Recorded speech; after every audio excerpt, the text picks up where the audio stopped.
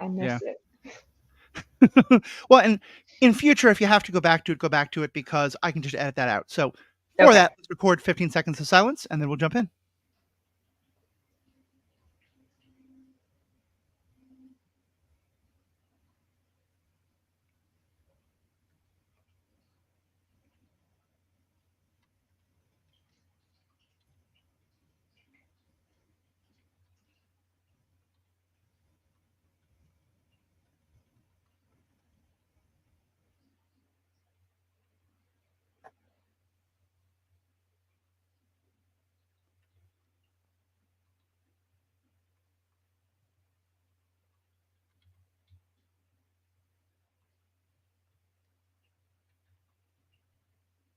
Sorry, I'm just typing the intros that I forgot to have on here.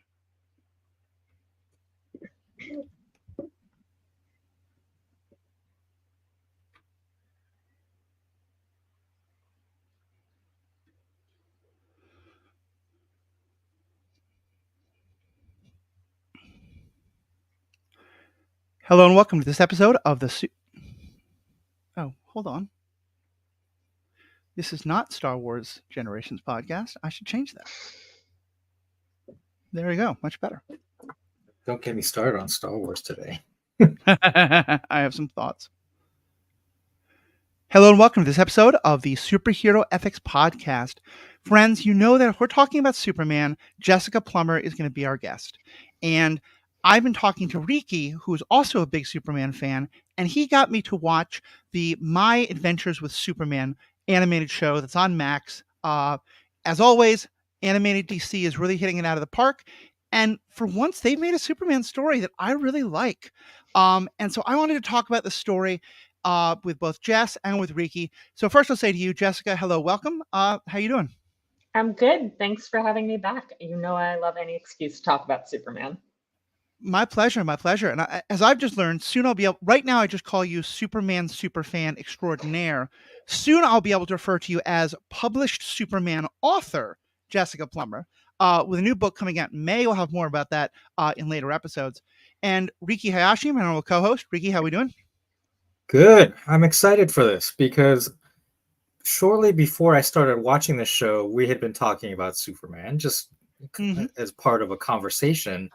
And I think I mentioned it would be interesting to have a story where Superman was Asian to kind of reflect on the immigrant experience. And then I started watching this and I was like, wait a minute, is Lois on this show Asian? And it's finally been confirmed in season 2. Right. It was kind of hinted at in season 1 and visually the voice actress, etc. But now it's been confirmed. And it got me thinking a lot about Lois Lane in Superman, which is why I wanted to have this episode. So here we are. Yeah. Well, and it's one I really think is interesting because part of what watching this has helped me realize is how much my view of Superman changes based on the relationships he has with those around him. And Jessica, I know that's something you and I have talked about a lot. So, Riki, let me just excuse me. So, Riki, let me just start by giving you the floor. Why this question as the framework you wanted to discuss? This idea of not does Superman need Lois in the story, but as I understand it, does a Superman story need Lois? Why that question? Well, I started with it because the name of the show. It's My Adventures with Superman. So it's like, who is the My? And presumably it's Lois. There's like a smaller chance that it's Jimmy Olsen in the show. But I think Lois is supposed to be the My. And other Superman TV shows that I've watched, Lois and Clark, The New Adventures of Superman from back in the 90s. And then more recently on the CW, there's Superman and Lois TV show. So by putting her name in the title, or in this case, making her the POV character of the title, I feel like there's something going on here with these TV shows where Lois is very important.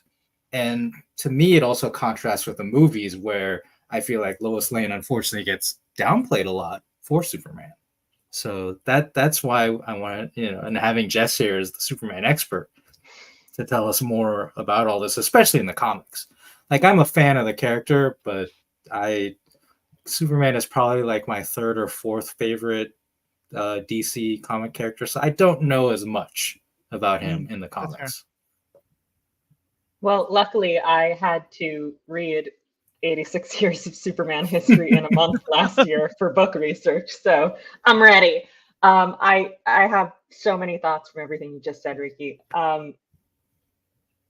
First of all, like, yes, Lois is I think she's hugely important to the story. Just like to start to answer the initial question, she was in the very first appearance of Superman. She's right there in Action Comics with him. She's the only character who has been there from the beginning. She is one of the oldest characters. She's older than Batman because he didn't show up until the next year. She, to this day, is the female character with the second longest running comic book in DC history after Wonder Woman. Like, no, Catwoman or Batgirl, nobody even comes close, honestly. It was Superman's girlfriend, Lois Lane, which was also a best-selling title in the 60s, outsold Batman. She's a hugely important character with a huge amount of history, but I agree that she is not always treated that way. And I think it's really interesting that you pointed out the difference between how she's treated in television versus movies, because in media studies, there absolutely is this idea that like the big screen and the small screen are gendered. Like the big screen is considered much more of like a masculine screen, I guess, and it's aimed at much more at male audiences and those 4-quadrant audiences. And there's something sort of quote unquote feminized about the small screen. It's at home, it's domestic, it's, the little woman watches while she vacuums or whatever. And I think it's really interesting that you see the female lead in this story is, you're absolutely right, so much more prominent in television adaptations of Superman, going all the way back to the George Reeves version. Well, one of the first things I noticed is that, and granted, Jessica, you and I have talked about this a lot, and I think one of the comments you have made that I really most loved, because I think it applies to a number of superheroes, but especially the Superman Lois Lane dynamic, is I hate the gaslighting of the romantic partner in order to keep the secret, and how sometimes it's played for laughs, as I think can be done in very kind of patronizing, condescending, sexist ways. For example, or sometimes it because like you're driving her crazy and it's being played for laughs. Arrowverse and Wade Wilson's girlfriend. I'm looking directly at you, not Wade Wilson's. Barry Allen. Barry Allen, thank you. Yeah, the treatment of his partner, especially, and the fact that in this fairly early on, we get to that issue, but people are telling Clark directly, lying to her is not okay. You are doing harm to her. You're doing harm to your relationship with her. That's not okay. And B, she figures it out almost instantly. And for me, Christopher Reeve's Superman, the Donner versions, was what I grew up with. So that's what I think of. And so one of the defining ideas of that relationship is in Superman 2, where she leaps off the bridge to try to prove that Superman is Superman at Niagara Falls on her honeymoon with Clark. And of course, though, her memory has changed and like all these terrible things are done. And the fact that they recreated that exact scene, but made it much more, not she's being a silly little woman, but she's an empowered reporter proving a point, and that Clark immediately recognizes that he screwed up. To me, that felt like a very intentional, we're gonna put a flag right here to say this is a different kind of relationship with Lois. So I'm torn on how the show handles it, I'll be honest. Because yes, like I love that she figures it out. I love that she's not told. She figures it out because she is smart. And the thing is, Lois always figures it out. Like Margot Kidder figured it out. And then Superman used his alien powers to gaslight her. Like that's what happened. She always figures it out. She's not stupid. He's just messing with her. This Lois figures it out. It's the 4th episode. Like I was flabbergasted that she got it that quickly. I screamed when she yells Clark after him. I screamed when she jumped off the roof because you're right. Like, that is the Lois move. It's the go-to move. And I love that she did it. It delighted me. But I don't think that their relationship is at all comparable to most other versions of the characters, and certainly not to something like Barry and Iris on The Flash, because Barry and Iris had been friends since they were small children. They were foster siblings, which it's weird that they got married, but we've all agreed that we're going to pretend that that didn't happen. And he was actively conspiring with her father and her boyfriend to gaslight her, and not knowing was actively putting her in danger. Whereas on My Adventures with Superman, they've known each other for 2 weeks, and she is mad that he doesn't tell her the deepest secret that he has that actively endangers him and his parents, that he has never told a single other person in his entire life that we know of.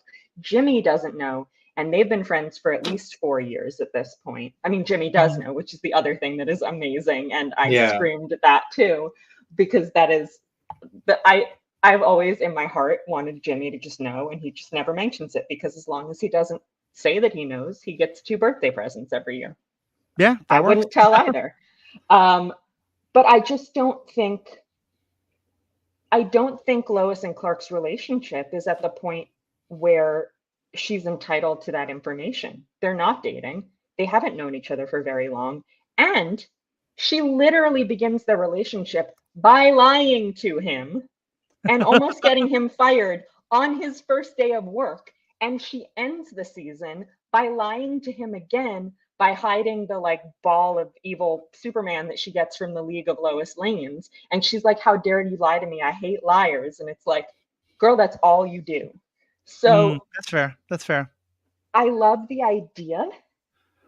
But for me, honestly, I think the problem is they didn't have enough episodes. I think there's a lot of stuff in their relationship and in all the characters' relationships, including their relationship with the community, that would feel earned if they had 22 episodes and there were like 12 Monster of the Week episodes in this season, but they don't. And so it's like, wait, why are you mad? You met 3 days ago. It's interesting. I didn't think of any of that. I think because maybe I'm so used to the Lois and Clark relationship of this is a conversation happening years into their dynamic, or like after they've actively fallen in love or something like that. But yeah, no, it's a good point. Yeah, and I think the show often does a really good job of trading on like what we know and expect from a Superman show. Stuff like the relationship between Lois and Clark being turned on its head by her figuring it out so early. Stuff like the relationship between Clark and Jimmy being turned on its head by Jimmy always knowing. Those things land really well because we expect things to go a certain way. Even like the gradual reveal of who Alex is such a great like tease for the audience that's in the know. But then sometimes it doesn't quite work. Like when the characters are like, we know Metropolis better than anyone. And I'm like, do you? You haven't been outside. What are you talking about? Yeah, the Alex thing, I had dismissed it in season 1, and I think early on in season 2, maybe even the episode where it's revealed to the audience, I turned to my wife Sarah and I was like, wait a minute, like they brought this guy back, his name is Alex, like, oh come on. But Yeah. it's good. I think it's good when you have properties like Superman that have so much history and so many characters that we know from all media, and you pepper stuff in the background. Sometimes it's just background characters like a name drop or an Easter egg. But even like someone as prominent as Lex Luthor to Superman, the ability to have him as a character in season 1, and I would say for most people to not realize who that was going to become or is, I call that a triumph for the writers. Yeah, absolutely. Like the fact that they saved him for so long and they're throwing out villains like Livewire and The Mist as early villains. Like the Mist isn't even a Superman villain, but they're really like throwing in some, C-list villains in there and taking them seriously. How dare you? Livewire. I would call Livewire B-list, I'd say.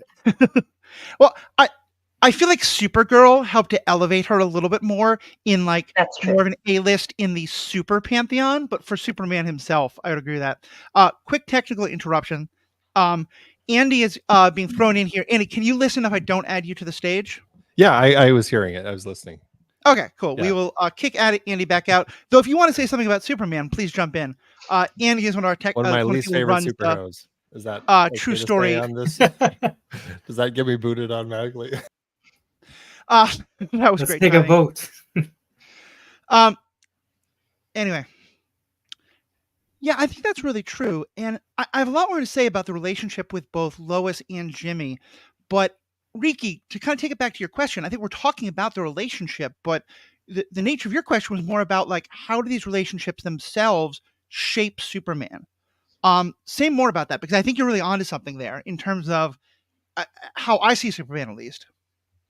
Well, the dichotomy between, we mentioned between TV show and movie, right? Like a movie is an hour and a half to 3 hours, let's just say, a couple of hours. And if a Superman movie has to have a certain amount of action in it, like that's just a requirement these days.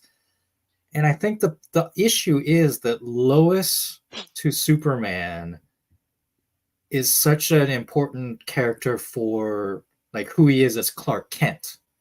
And in a movie, we just don't have time to have as much Clark Kent. So I think it is, we often talk about Superman and Clark Kent as different people, quote unquote. And I think the issue is that Lois is an important character for Clark Kent and is less important for Superman. I would say we see that in the Justice League / Justice League Unlimited cartoons, where Lois shows up maybe like twice across 5 seasons, because there isn't that much Clark Kent on that show. It's mostly Superman because it's like so much action oriented. Right. So for a TV show, whether, it's like a 10 episode season or 20 or whatever, you have to have more Clark Kent. You have to have more of that human interest angle. And I think that that's why we get more prominent Lois on a TV show. And that's important, because if it was just like action Superman, like I don't think I would enjoy the show. That's, you mentioned CW Flash, and frankly, like that's one of the reasons that show was less interesting, because they relied a little too much on the Flash and having an action sequence in every episode. And it didn't play well because the special effects budget was not that great.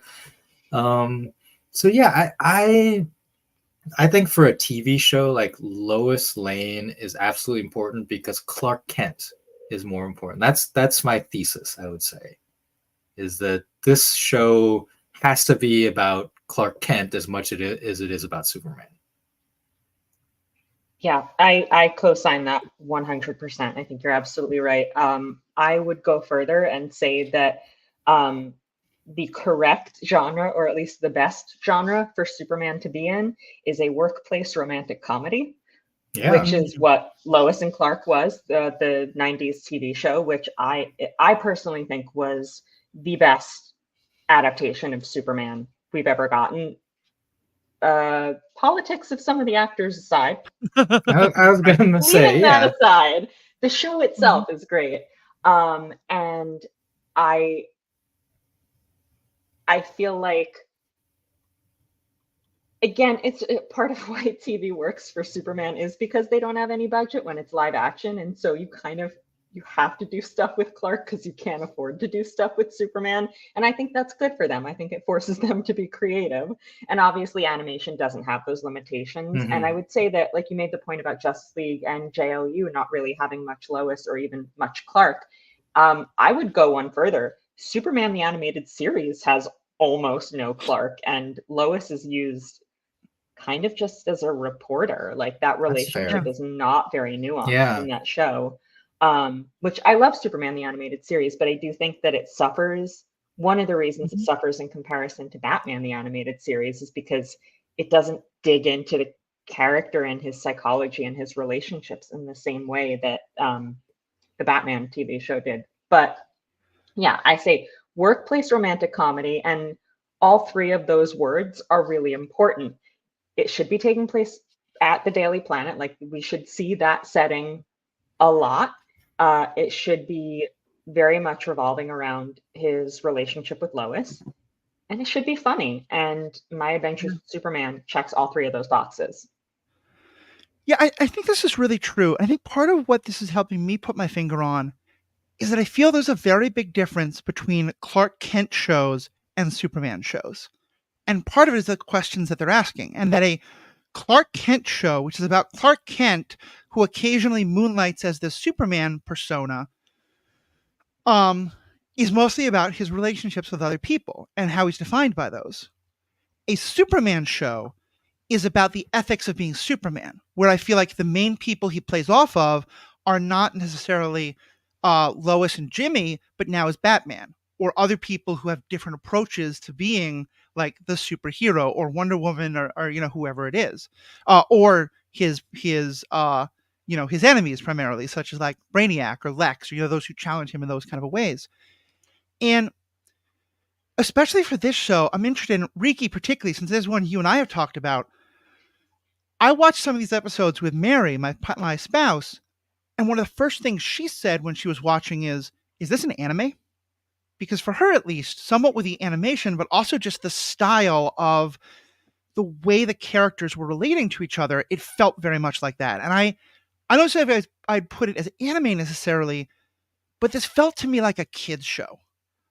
Everything was a little bit overdone. Everything was a little bit like painting in broad strokes. Like, the villains didn't act like I think an actual villain would act. They acted like someone who's trying to tell you very specifically they were a villain would act. And some of like the funny moments around Jimmy and stuff like that, not in a like, I felt as an adult like I wasn't, it felt kind of like something like Avatar: The Last Airbender, in that like it is clearly aimed at kids, but done intelligently enough that adults can also still really enjoy it. Does that make it, Riki? I'm kind of curious your thoughts on that, both on like it being anime kind of connected, but also just that general like the kid show aspect of it. Well, yeah, this is the studio I've mentioned several times. Studio Mir is the South Korean animation studio that animates this show. And I've mentioned them. They did the X-Men 97, Voltron, Defender of the Universe. And so their style is, you know, more anime than a lot of American cartoons. Of course, this is an American cartoon, but I'm saying like, you know, the other stuff we watch. And I think, you know, the writing as well. The romantic workplace comedy thing like really hit a nerve in the right way for me, because I agree. And that is a thing like for me, like anime. Yeah, I love the mecha anime, but I also love like sports anime, and you got to have like these relationships kind of on the side of the sports action. So that's how I view this, is like, yes, like we're going to have the Superman action. He's going to have, you know, a super villain to fight probably every episode or every other episode. But gosh darn it, like the human aspect of it is so important. So what was your other question, Matthew? I talked about Studio Mir. Oh no, I think you've kind of really addressed a lot of what I was getting at there. I will also point out that the first time Clark puts on the super suit, he has a magical girl transformation, and it made me so happy. Like, I was so delighted by his twirling into like that suit. And I don't know who's making those decisions, right? Like, is that the animators at Studio Mir? Like, do the writers who write the script like give some notes on how they want something to be animated? Because a similar thing, the opening credits is so anime to me. Like the use of the song and like the way that it cuts so quickly, like it just, I don't know, it really appeals to me in that regard. Yeah, Mary, I think I'm remembering Mary actually said specifically that it was the opening credits, especially, that were like, oh, so this is like Americans doing anime. Yeah, absolutely. That makes sense. Yeah, I'd be interested to know like where it's storyboarded, if it's storyboarded here in the States or if it's done, because I think that would answer a lot of those questions of like who makes that decision. Mm-hmm.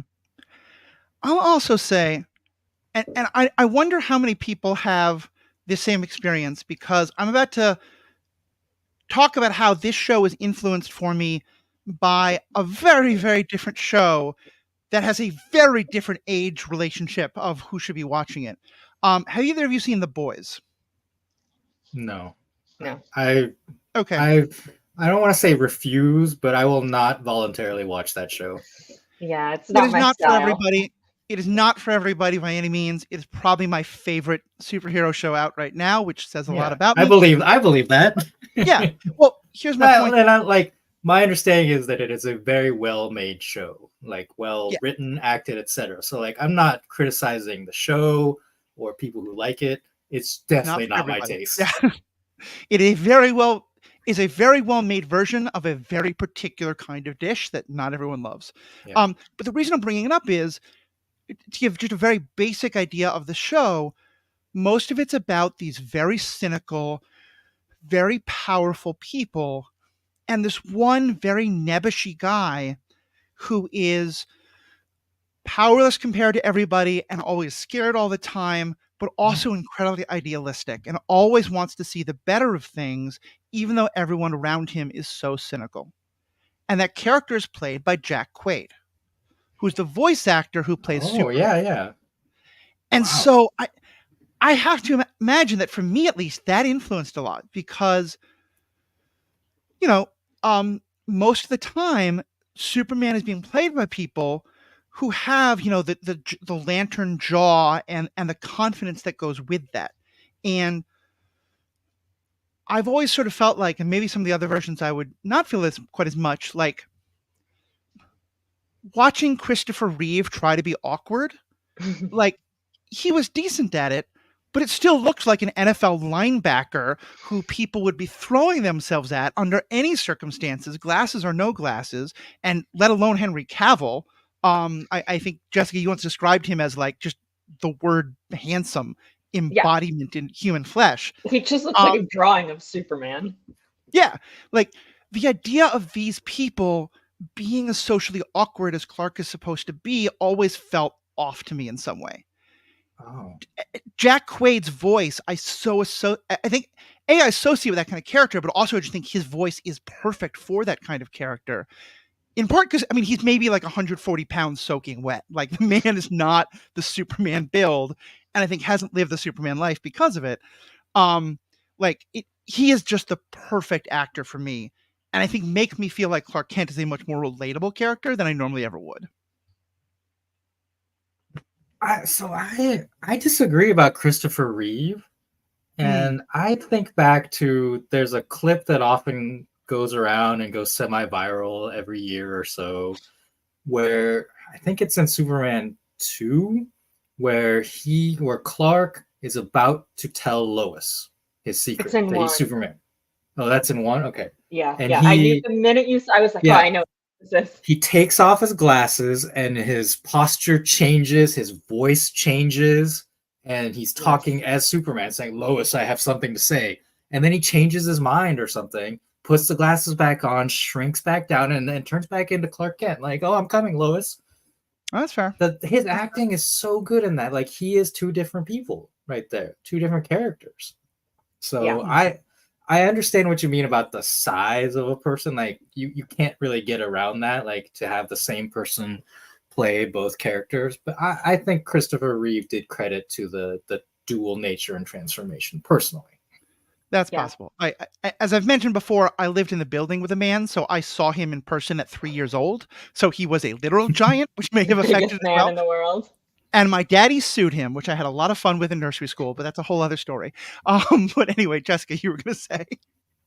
Oh, yeah. I think the versions that handle that, like, first of all, I am very much in the family of, or in the camp of, that's just how Superman works. Like, he puts on glasses and everybody's fooled, and we're just going to have to believe, like, that's just, and also he can fly, like, it's just part of the baked into the concept of Superman. And like, pictures will go around of like Zoe Deschanel with her bangs pushed back, and it's like, I've never seen that woman in my life. So really, like, when we're used to seeing someone a certain way, Yeah, that's fair. we can be fooled. Like, I do think it's as plausible as anything else. But I also think that the best takes on Superman are the ones that acknowledge that he is actually like this big, beefy, like this huge slab of Kansas beef who's also really nice and polite. He just happens to like wear a suit jacket that's a little too big, and he kind of hunches, and maybe he's a little clumsy. And like, I'm thinking of in the stage musical, It's a Bird, It's a Plane, It's Superman, which was a huge flop and it's terrible. Like, I'm not saying that's a good adaptation, but there's literally a whole makeover song in which the female character who's not Lois is like, it's called You've Got Possibilities. And she's basically like, look at you. The problem is not you. The problem is how you present yourself. Oh, cute. Which of course he's doing on purpose, but like, it's an acknowledgement that That's fair. Yeah, he can have the same body and then just like radiate out a different persona. So she does she's all that to him, and like, if you just took off your glasses. Yes, it's great. I mean, it's terrible, but it's also great, and you can watch it on YouTube. Well, and maybe, and I'd love to hear more of the thought process, because my guess is that in previous animated Supermans, they have found a voice actor who can play Superman. And it felt like to me, like, I don't think anyone would have ever associated Jack Quaid with Superman before this show. But I think associating Jack Quaid with Clark Kent makes perfect sense. Like, that's kind of what I'm saying, is he feels like a character who fits Clark Kent perfectly, and then can also pull off Superman in a way that, like, Henry Cavill is Superman, and Christopher Reeve, and like, and maybe they are good enough actors to pull off the other side as well. But Quaid, at least for me, and again, maybe it's just because I associate him so much with some of his other characters, but he just, to me, is much more Clark Kent forward. Yeah, I mean, we kind of don't know if Henry Cavill could pull off Clark Kent, because he was only Clark for like 30 seconds in those movies, and 27 of those seconds involved him getting into a bathtub with his shoes on. So that's all just like, also true. Pretend that didn't happen. It's interesting that you're talking about specifically like voice actors and how they play Superman and Clark Kent, because this goes all the way back to the 40s and the Superman radio show, and Bud Collyer, who voiced Superman on the radio show, which ran for like over a decade. It was hugely successful and had hundreds of episodes, but it was his idea to drop his voice an octave when he switched between Clark and Superman. And you can literally hear him do it in every single episode, because something will happen and he'll go, this looks like a job for Superman. And it's I love that. It's incredible to hear, because you're like, he did it. Like, it to hear that transformation, you can see it, you feel it, and it's informed literally every Superman performance since, but it started on the radio. Yeah, that's really cool. And I feel like they haven't really gotten there on this show yet, because he starts the show as just Clark Kent, and kind of is in the process of developing Superman, like, in front of our eyes. So I think he might have even had that weird, awkward, like, has to like what goes way down intentionally, like when he's discovered. So he's not quite there. I think we'll see more of that, perhaps, of him like deliberately changing. Yeah, definitely. And that's one thing that I think is really interesting about this show, and that I really like. The characters are so young. Like, they are so young. This is younger. I mean, early 20s. They're Lois says she's 23. And this is first job out of college territory. It's and she's been there for a year, so she might be a year older than Clark and Jimmy are. This is also the first time that Jimmy is the same age as Clark and Lois. But so Jimmy is actually the age we usually see him at.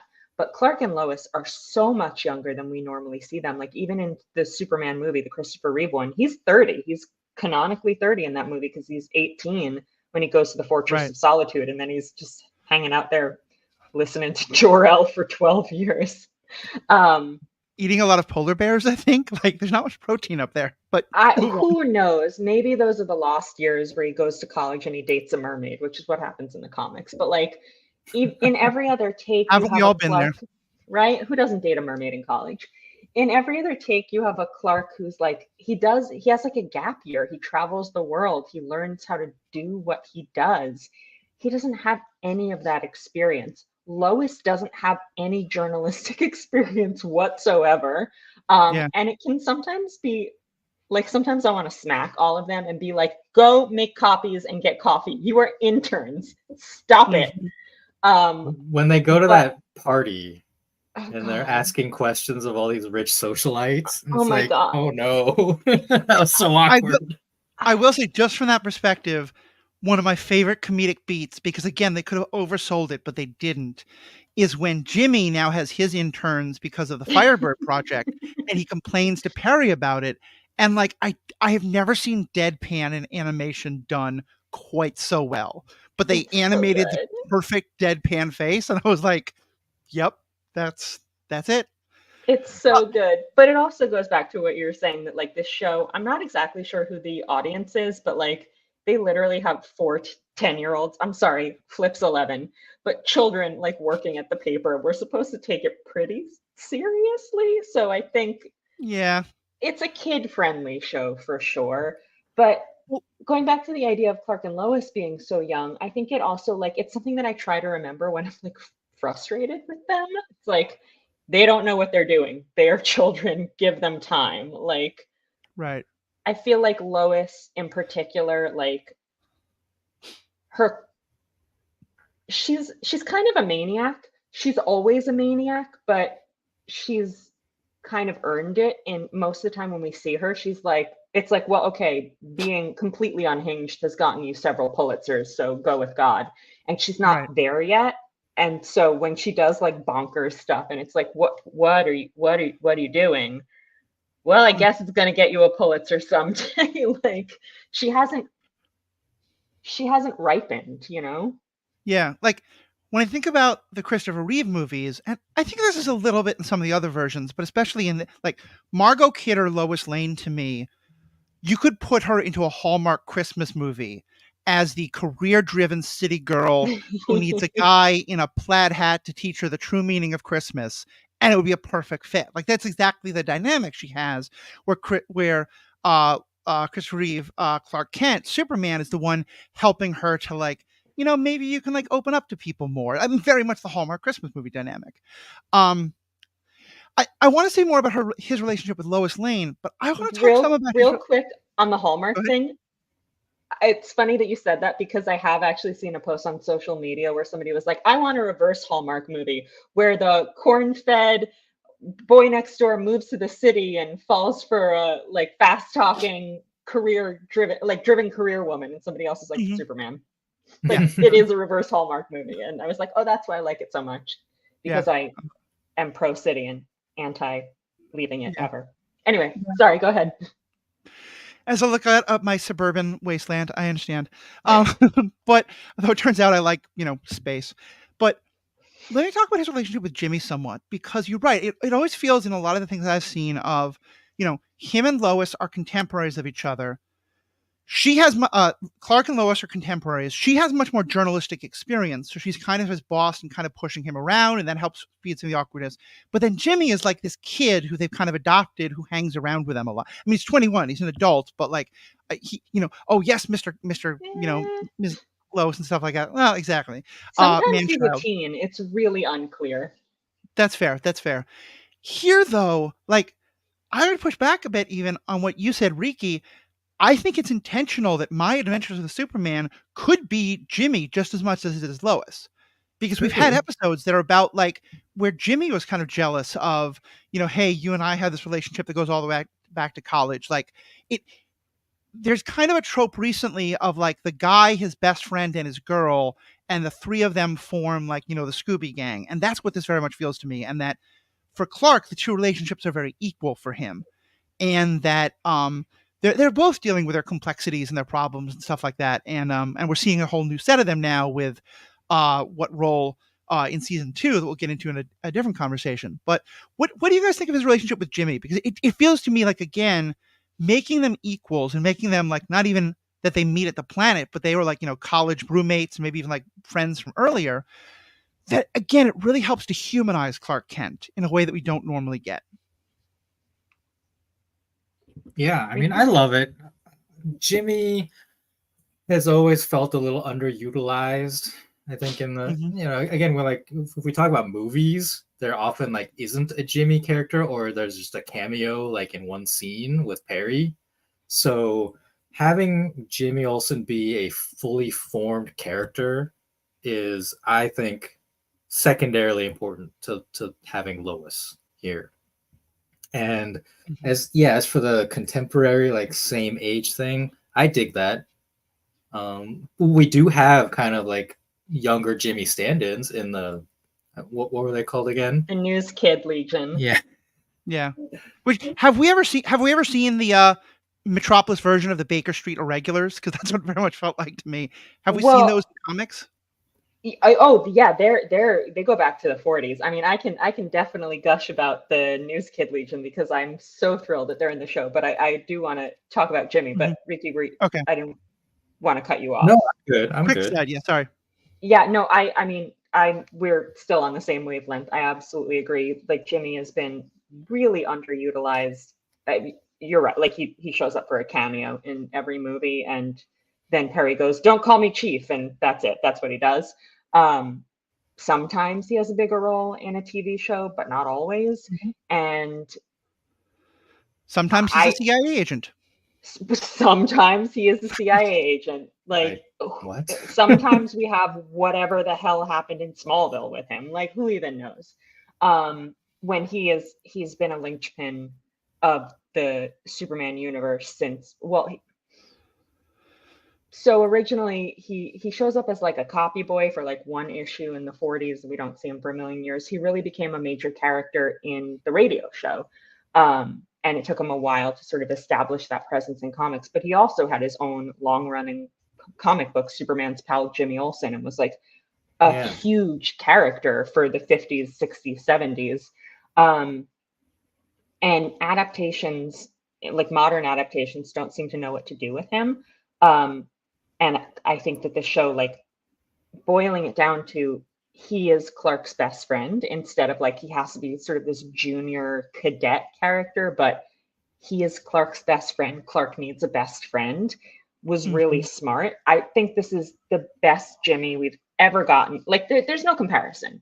By far the best Jimmy we've ever gotten in any adaptation. He is, like you said, a completely fully realized character. He is the funniest character on the show. He has all the best lines, he has all the best gags, but he's also like a three-dimensional human being. There's this moment, I know we're mostly focusing on season 1 here, but there's a moment with him and Clark in season 2 where they're like they're at a Star Labs presentation and they're in this anti-gravity pod and they're like floating around. And Clark tells Jimmy, he gives him a little speech of like, you saved me by like the first day we met because you treated me like I was normal and you were my friend and you accepted me and you always have, which like, guys, I teared up. Like, yeah, that was really beautiful. They just love each other so much. Yeah. And honestly, after growing up, seeing years and years of men only relate to each other by punching each other in the nuts and telling jokes about each other, but with your girlfriend you can actually have vulnerability. Like we're about like 5 or 10 years into this becoming a lot more normal, but it's still every time I see a male character have a male best friend and they have genuine emotions and genuine emotional problems with each other and work through it because their friendship matters. I love it. It's so powerful. Yeah, like they talk to each other, they confide in each other, they hug. And I know we already talked about it, but the moment where Jimmy's like, "Oh, is this about how you're Superman?" And Clark's like, "Wait, what? Why didn't you say anything?" And Jimmy's like, "It seemed like something you were sensitive about." Like, so good. So good. So good. And like I'm glad he got that moment. Yes, like he deserves it after his decades of just being yelled at by Perry and not doing anything else in adaptations. And like the episode where he's kidnapped by Monsieur Mala and the Brain, and they're like, your friends don't appreciate you enough. Like absolutely every Jimmy plot line. The episode where he's just hanging out with Steve Lombard and he's like, I am not the Steve of the group. they're all choice. Like they're all so good. Oh, yeah. I mean, just the there's a lot I don't like about season 2. That's gonna be this whole other episode. But just the running ticker of how he is spending his money is both so depressing and so relatable and so lovable. Yep. I will What push I- back just a bit that I think this is the best Jimmy Olsen we've ever gotten in a Superman focused story. Oh, Mikhad Brooks in Supergirl, it is possible that because in my mind at least he is the same like definition of handsome that Henry Cavill is, Yes. and I'll watch him on screen in anything, but I also just love his character so much. But Yeah. yes, so putting that aside, asterisk, totally with you. This is the best Jimmy we've gotten. well, don't call him Jimmy. Call him James. James. Well, that's yeah, true. that's James. Different guy. Okay, No. that's fair. That's fair. That's fair. Jimmy Olsen's really fun. James Olsen is a smoke show, but we can move on. I think the actor is wonderful. I think that the character started out strong and then they veered away from, like, they decentered him in a way that I found very frustrating, and I stopped watching the show in part because of that. I was going to say it started really good, but then is a definition of pretty much everything about the Arrowverse, let alone that show. But again, Yeah. Riki's been trying to make an actual point for a while, so go ahead. What I think is very important with Jimmy, especially on this show, is his job or his hobby, like whichever you want to call it.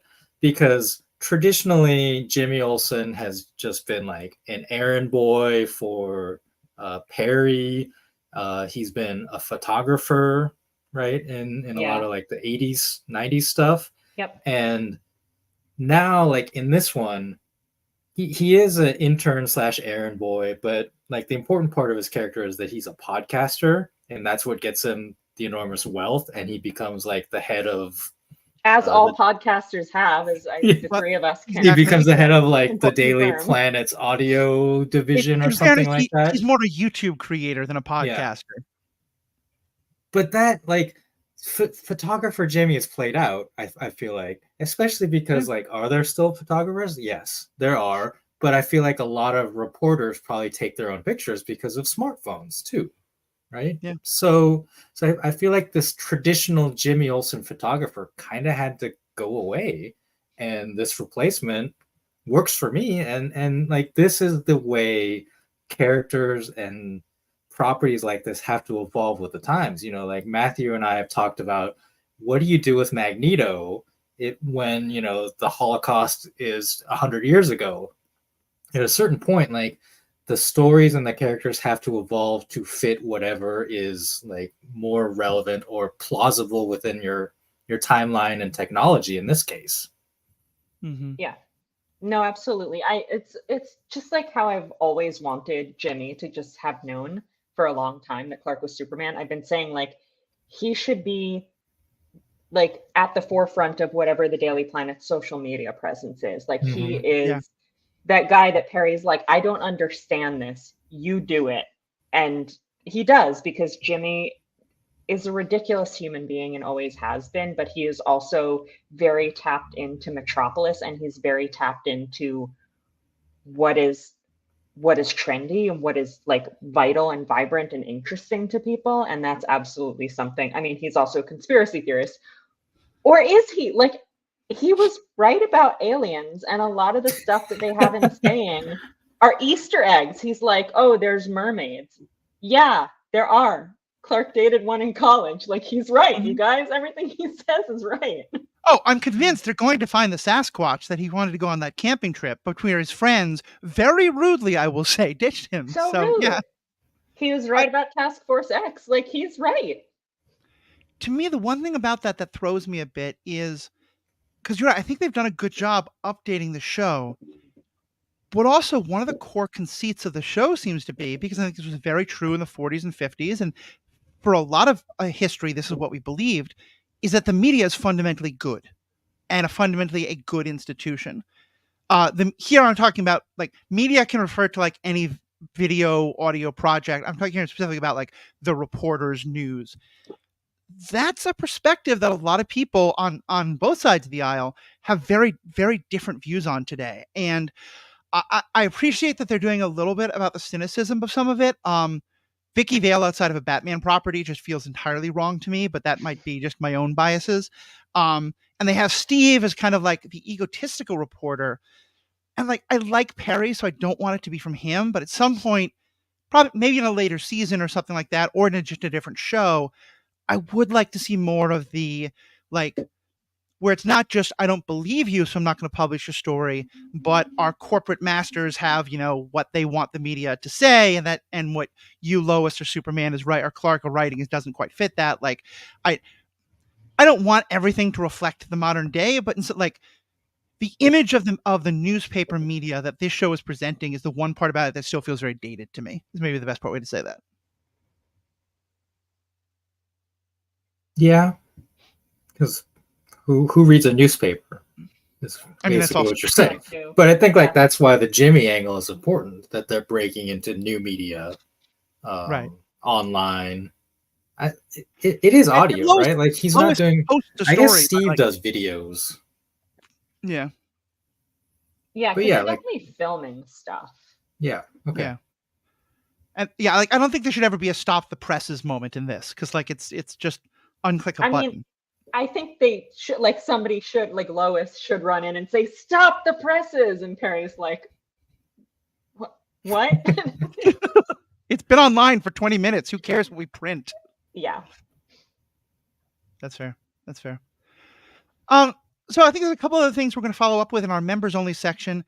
I just want to say a quick word about representation, and I know. Oh, go ahead. Did we want to talk about the News Kid Legion? Yes, go for it. Go for it. So, well, this is actually a good segue, because the News Kid Legion originally in the comics was the Newsboy Legion, and they've been around since the 40s. They were all white. So they were created by Jack Kirby and Joe Simon, and they hung out with a superhero called the Guardian, who was a square-jawed superhero with a shield, which may sound familiar because he was a ripoff of Captain America, but Jack Kirby and Joe Simon also created Captain America, so I guess it's not really ripping off, it's just kind of being lazy. And so the original Newsboys were Big Words, who's a smart one, who we have in the show, Gabby, who loved to talk, Scrapper, who loved to fight, that's Patty in the show, and Tommy, whose personality was that his name was Tommy, like the most useless character. And then they had like a bunch of adventures. They're really cute comics, like throughout in the early 40s. And then Kirby and Simon went off and fought in World War II, and the characters kind of disappeared. And then in the early 70s, Kirby came back to DC after having created basically the entire Marvel universe. And he brought back the Newsboy Legion, but he was like, well, it's been 30 years. So actually, they all grew up, and then they each had a son who looks exactly like them and has the same name and the same nickname. And they get into hijinks with Jimmy Olsen. But at that point, they added a member because Kirby came over to DC, and he was like, it's looking really white here. And he created like half a dozen Black characters, basically, within a year. And so he added... The new member of the Newsboy Legion's name is Flippa Dippa. FLIPPA This is a white man trying to add diversity. Okay. Because he's really into scuba diving, so you have the smart one, the one who talks a lot, the one who fights a lot, and the scuba diver, which, like, every group needs is one. Not like the other. Every group needs one. And you got to give him credit. It's not a stereotype for anyone anywhere. And like, genuinely, like, imagine if you met a 10-year-old who was really into scuba diving and like wore a scuba suit everywhere. Like, that would actually be so cute. And so they've been like, they're like kind of minor characters, but they've stuck around in and out of the DC universe, mostly in the Superman books, mostly hanging out with Jimmy in the ensuing 50 years. And when they popped up on the show, like, I was so excited to see them. And I love that 3 of them have been gender bent. I think. Yeah, I was agreeing with you. Go on. Yeah, I think all of them, it seems like, I have been race bent. Like, they really use these characters to add more diversity to the show. Flip is just called Flip now, which is an improvement. and they're adorable. And it's just like, it's such a nice, it's a use of a really deep cut Easter egg that also vastly improves the Superman world that they've like taken from the comics and that they actually use to tell stories with it. So Well, and I now in just find it terms of delightful. the kind of Superman story you're going to tell, whether it's more of the romantic comedy or it's more of the demigod, I think I just want to create the flip to Snyder scale. You know, like how much is this a flip Superman, and how much is this a Zack Snyder Superman? With Flip and Snyder being the two extremes of Yeah, the or spectrum. like if you're going to include a Jack Kirby character in a character that Jack Kirby created in 1971 in your Superman project, is it going to be Flippadippa or is it going to be Steppenwolf? And there's a correct Oh, answer, and it's not yeah, that's Steppenwolf. fair. That's fair. That's fair. Last thing I wanted to bring up, you mentioned briefly the Korean character, Lois Lane being Korean, and I'd love to hear more about what that meant to you. I do want to say for me, like the next episode in season 2, episode 5, there's this sort of like who's the most eligible bachelorette, and one of the characters is just non-binary, and present like if you looked at them and didn't know that, I think you might read them as female, but they're definitely somewhat androgynous, but not entirely, which is nice also because non-binary does not have to mean androgynous, but they're just mentioned with a they pronoun, and nothing else is said about it. And that to me was so meaningful because, like, I've talked about other non-binary characters who have a really important role. I forget the character's name, but in She-Ra being one of my favorites. But also just having this level of representation of, yeah, there's just this one side character who's not even a part of the big thing, but they have they them pronouns, so we're going to use they them pronouns, and no one's going to mention it as anything worth mentioning, is just fantastic. Yeah, that is good. The Asian Lois thing, I mean, what more do I need to say? But I will say more. What I will say is that Superman being a literal alien, they often tell these stories. And especially when he's in conflict with Lex Luthor is often very anti-alien, right? And these stories can be read in a American context as being anti-immigrant, other. So to have Lois now be confirmed as Korean is going to play very interestingly in season 2 with the way that they're setting up the Superman Lex Luthor conflict. And I'm very curious to see how they use her character and her voice to address this. And I really hope they do. I hope that it's not just like this token, yeah, like she's Korean, because I feel like she does need to say something important about America, like as a concept and as about a place where people aspire to come to and to be a part of, like even if they don't look like everyone around them. So I really hope that they handle this carefully and do that justice with her character, because we're at this time in the real world where we are talking about these issues, and it's, in my opinion, like it has never been addressed like as directly as this show could address it, because of the whiteness of Lois, because Superman is white.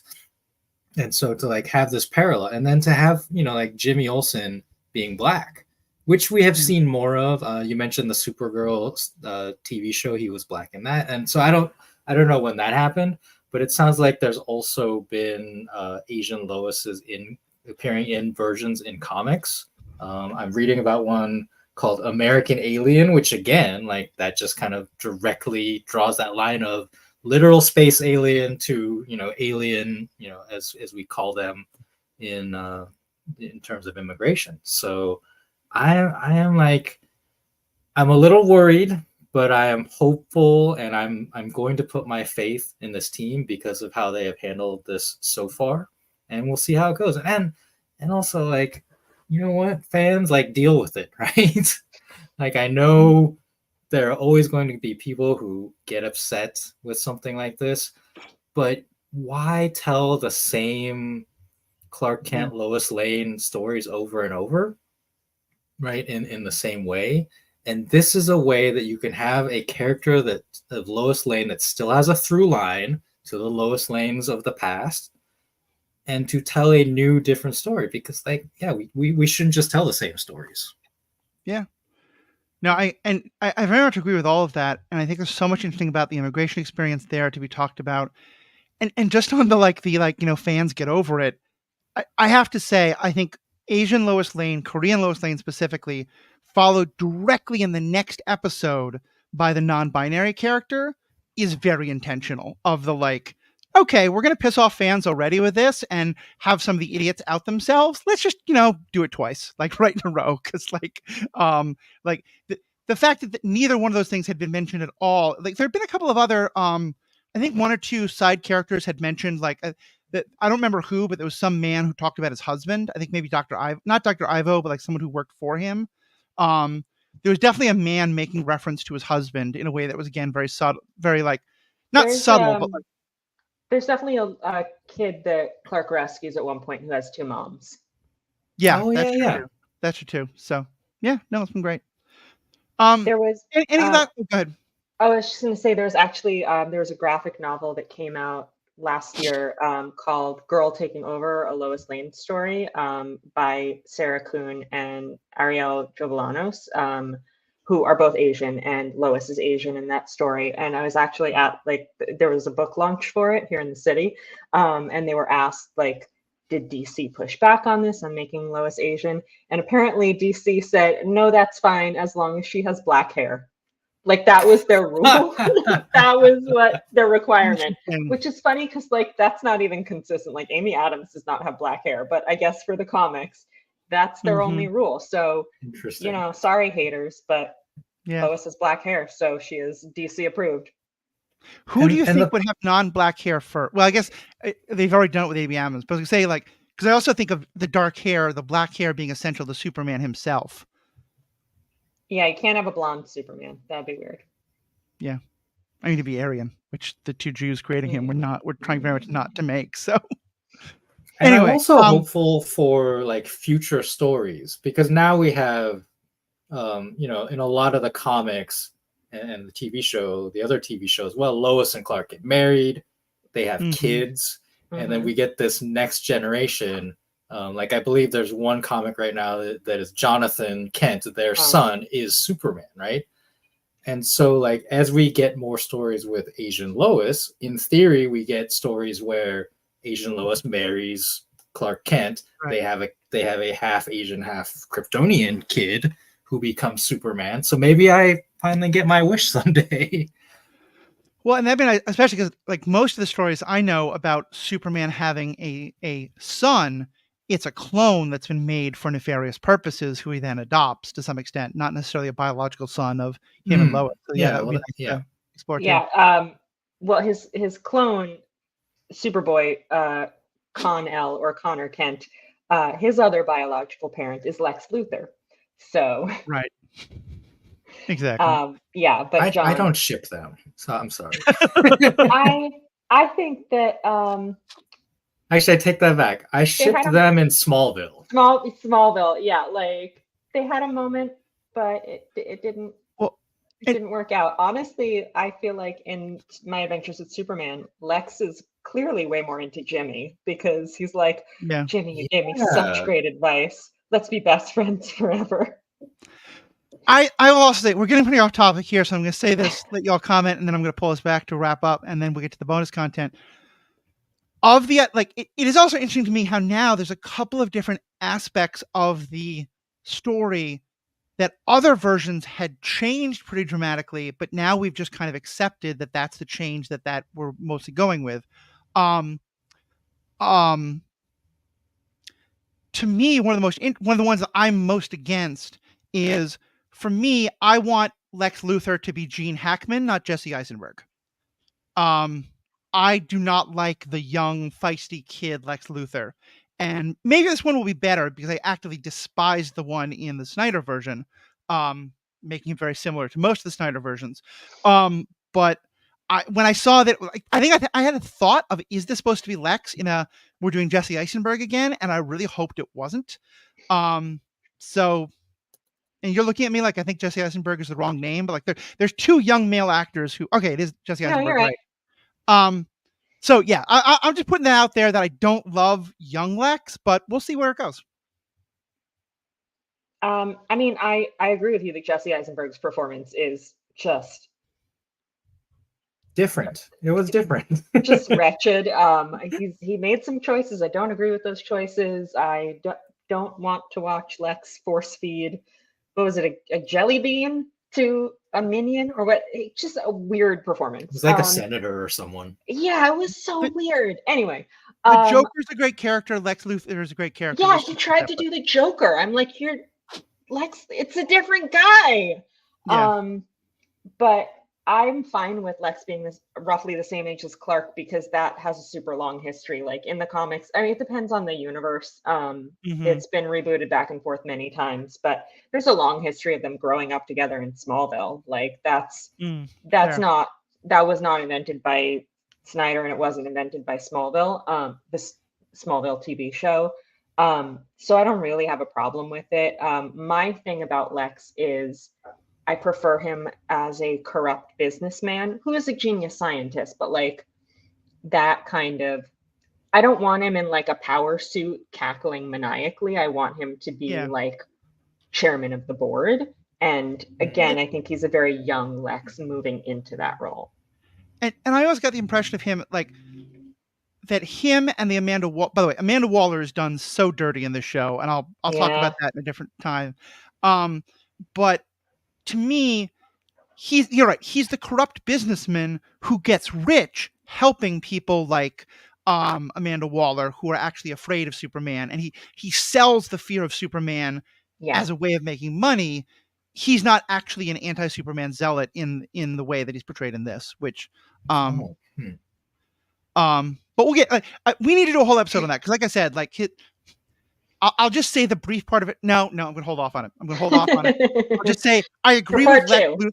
Yeah, that'll be part 2. So I think just kind of wrapping up to the actual question you started with, Riki, I feel like we're all saying yes, right? That to some extent, like for a good Superman story, we need Lois Lane. Maybe we need Jimmy as well. We need the characters who relate to Clark Kent in human ways to make him the character we want to watch. Yeah, and even for movies, like we talked about the dichotomy and how movies have to have a certain balance of action and that choose into the time that you can have the human element. But I feel like the Richard Donner, Christopher Reeve version of Superman, the movie, is well remembered, beloved, and they have a lot of Lois Lane in it. Like it is an important part of that movie in a way that most of the more modern incarnations just don't do justice. Haha. So yeah, like James Gunn, I like his movies, and so I'm gonna give him the benefit of the doubt with his Superman movie, and we'll just see what kind of balance he strikes. I continue to agree with Riki on everything.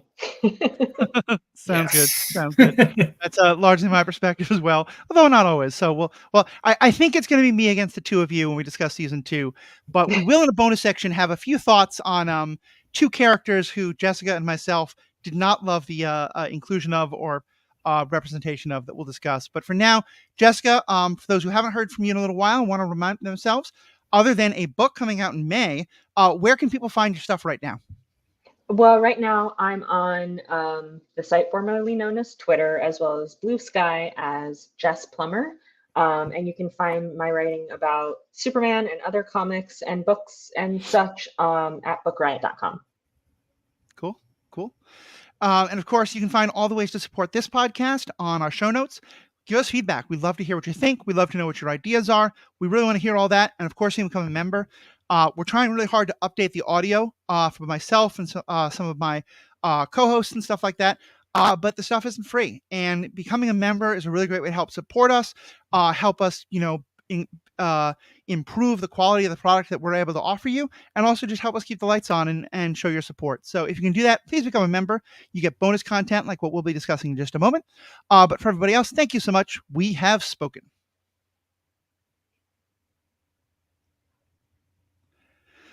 All right. Well, I gave it away already, but I'd asked Jessica before if she could guess who was the character I thought was most done dirty in season 2 of this show. And we'll be talking about two things. We're going to talk about this character and then also mostly talk about Lois's father, which I know Jessica and I think all of us may have some opinions on.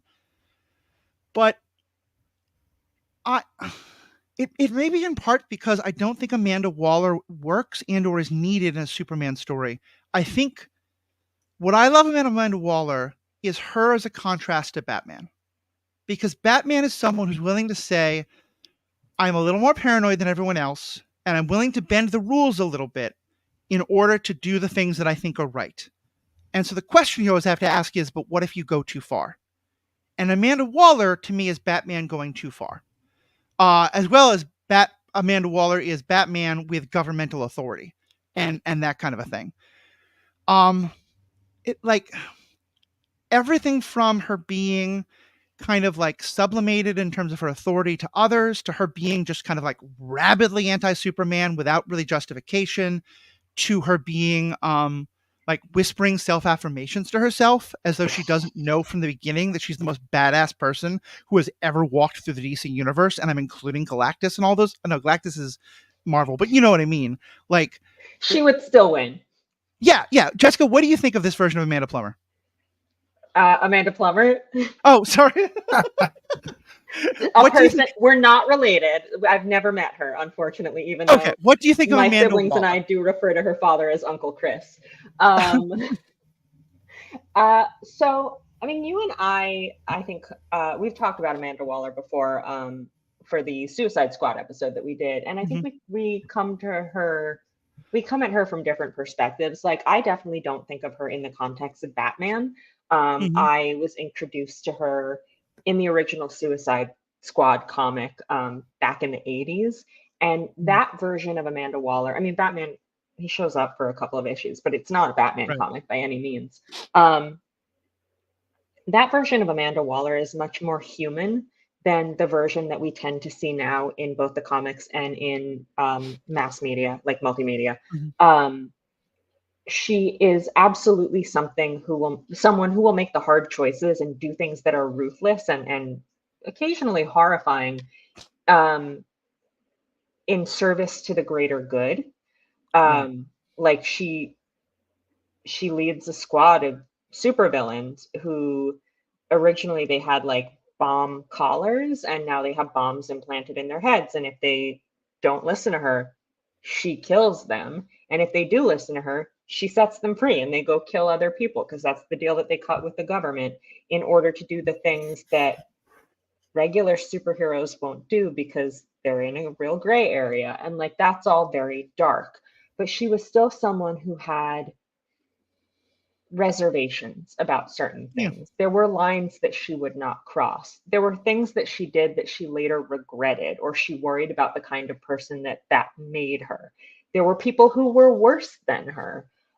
She had real warm human relationships with some of the people on the team, like the ones who weren't supervillains, like Bronze Tiger and Vixen. She was sort of like a mother figure to Vixen in a lot of ways, it was really nice to see that relationship between two Black women in comics, when just having two Black women in a comic is like unheard of most of the time, especially in the 80s.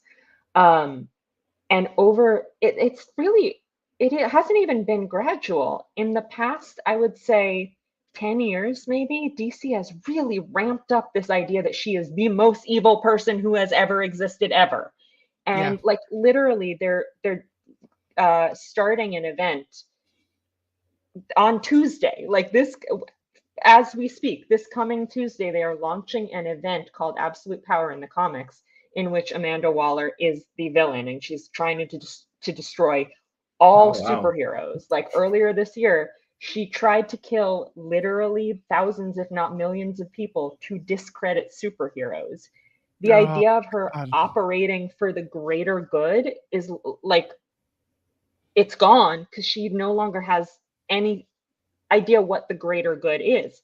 And I just feel like the optics of choosing one of your only Black female characters to do that with, and certainly your only plus size middle-aged Black female character to do that with, it's not great. And I don't love that they've adopted that take on her for the Very show much at agreed. all. Well, there's been some versions of Amanda Waller who are not plus size. There's normal or sometimes even skinny, right? Which is I don't think it's made her young and sexy in a way that I just thought was so inappropriate. I don't think it's essential to her character, but I think it adds to her character when she is not when she's not like physically powerful, like in a particular way, like in contrast to superheroes, right? Like she's just a normal woman in essence, and that speaks so much to why she seeks to have control over powerful beings and to use them. But I agree with you, like I liked where they positioned the Justice League cartoon Amanda Waller.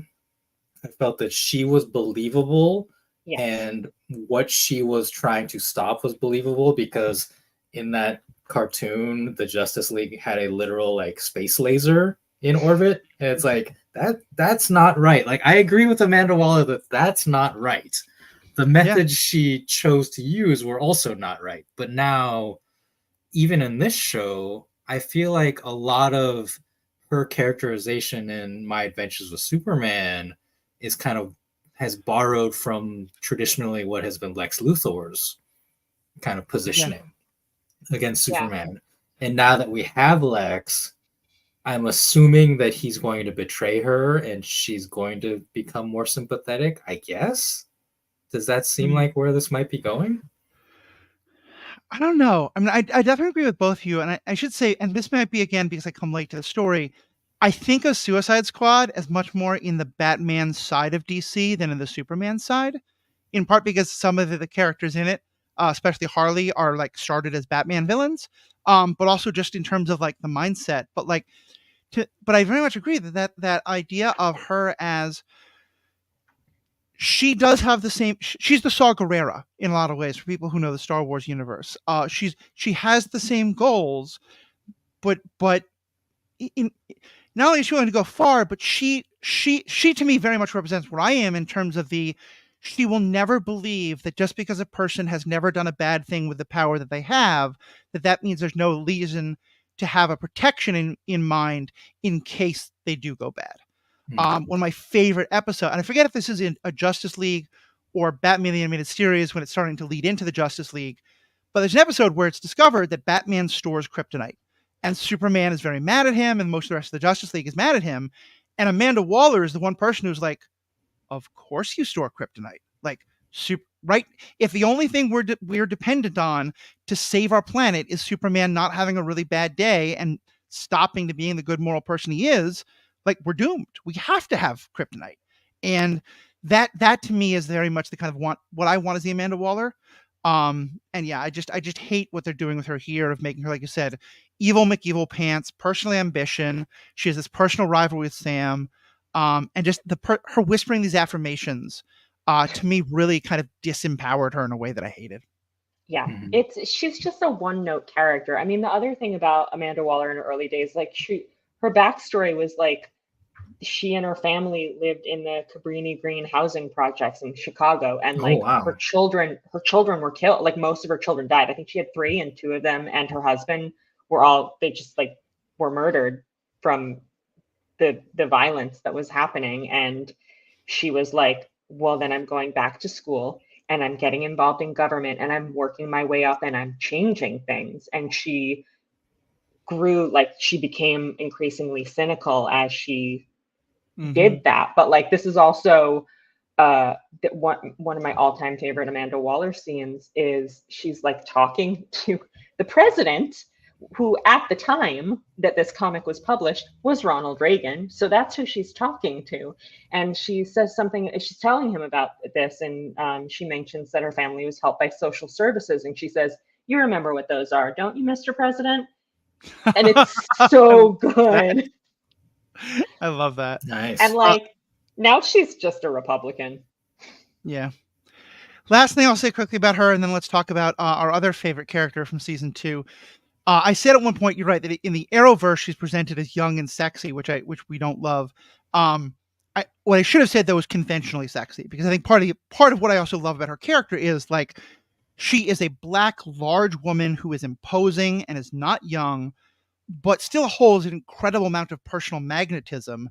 Yes. And anyone who thinks Viola Davis does not look beautiful and sexy in anything she does is nuts. And I think like that isn't necessarily emphasized in the animated, although still I think the voice actress carries just a lot of power and magnetism that many people are going to, I think, perfectly legitimately find very sexy. But I certainly think the Viola Davis version of her also, I mean, she's just a beautiful looking woman. She just isn't young, conventionally attractive, what is normally thought of. And as you said, Riki, also, she's not someone who looks like an athlete. You don't look at her and think like this is a person who can, do the super heroic things. Yeah, Amanda Waller should never like pull out weapons and like personally fight someone in a scene. Mm-hmm. Yeah, she doesn't need to. She's constructed, like she literally has half a dozen feral supervillains behind her at all times so that she doesn't have to do that. Like that's what we love about her.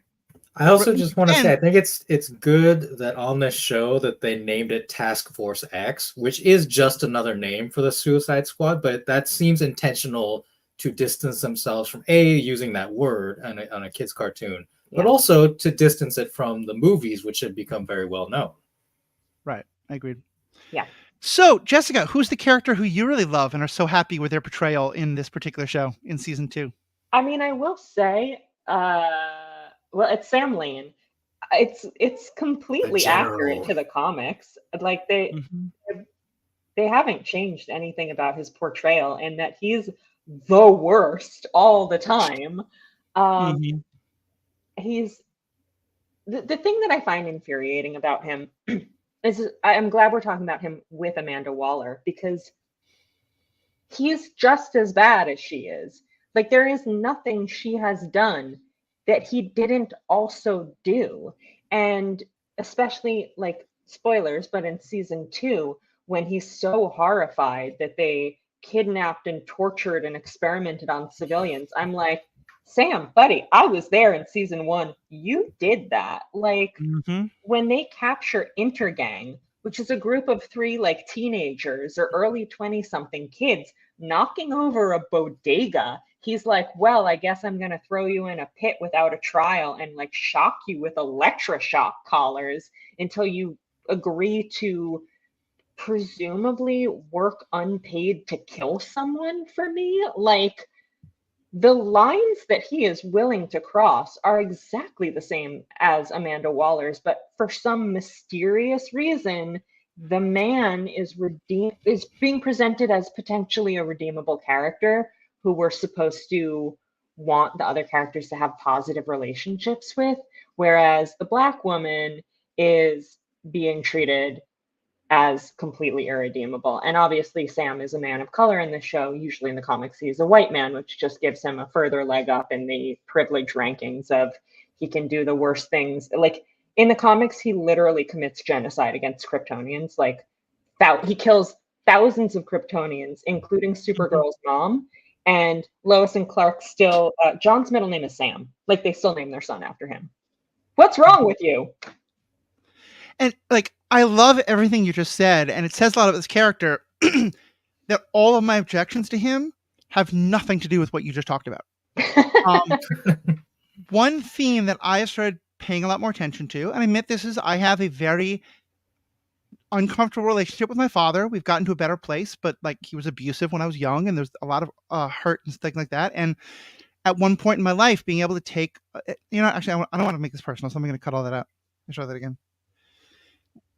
Because all that is true, but for me, one thing I've become a lot more aware of in recent years is media that pushes the idea that blood family is the most important thing in the world, no matter what they do to you. Because I have to say, and Pride Month is when I think about this a lot, some of the people I know who have the happiest, healthiest lives, it's because they got to a point of saying, I have blood relatives who are not a positive influence in my life, but in fact a source of constant pain and aggravation and self-doubt. And my life is better because I cut them out of my life. And having yet another character, but especially because so often it is a woman, basically saying, well, no matter how abusive they are to me, and I think Sam Lane is absolutely abusive towards her, I will keep them in my life. As well as, and here maybe I'm getting a little personal, as someone who had not a great relationship with my first father-in-law, my first wife, the idea of you should put up with any amount of horrible, let alone abusive behavior from the family members of your loved one because you love them, like, no, like, that's not okay. And I hate when shows push this message of blood family is important overall. And you will always do anything for your blood family, no matter how often they hurt you. And, we literally see her decide at one point to walk away from her relationship with her father because he keeps pushing her away. And that's framed as though she did something wrong. And she's glad that she went back. And I just was so angry at that. So, yeah, Sam Lane, all of his politics and his general stuff is terrible. But for me, just as a father, I'm angry at the show for the attitude it's taking of, look how great Lois is for sticking by him. It's also like prioritizing the blood family is such a strange choice to make when your show is about maybe the most famous adoptee in pop culture. Like, obviously, Clark didn't leave his blood family, his birth family, by choice, and they didn't leave him by choice. But like, it's weird to emphasize it in that way. And it's also, I feel like the show wants to have it both ways because they repeatedly show how Lois's the unhealthy dynamic that Lois has learned from Sam adversely affects her relationship with Clark. Like, she has all these really ungrounded fears that Clark will treat her the way that Sam treats her. And it's harmful to her. It's harmful to their relationship. It's shown in such like a nuanced and subtle way. And yet the perpetrator of all this is, we're like supposed to feel bad for him or something. Yeah. I'm with you. Yeah, I mean, I will add my perspective as an Asian person that my wife just came home. Okay.